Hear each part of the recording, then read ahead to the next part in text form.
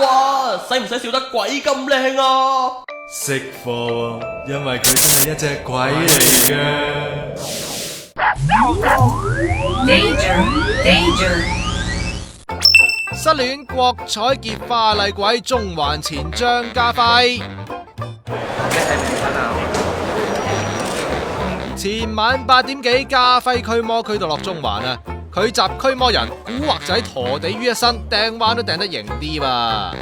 場戲呢就講阿家輝睇中巨等女店員揸車嚟搭訕，但出咗便利店就撞正鬼啊！拍緊嗰陣俾自由行認錯係梁家輝嘅家輝，全程鬼咁認真。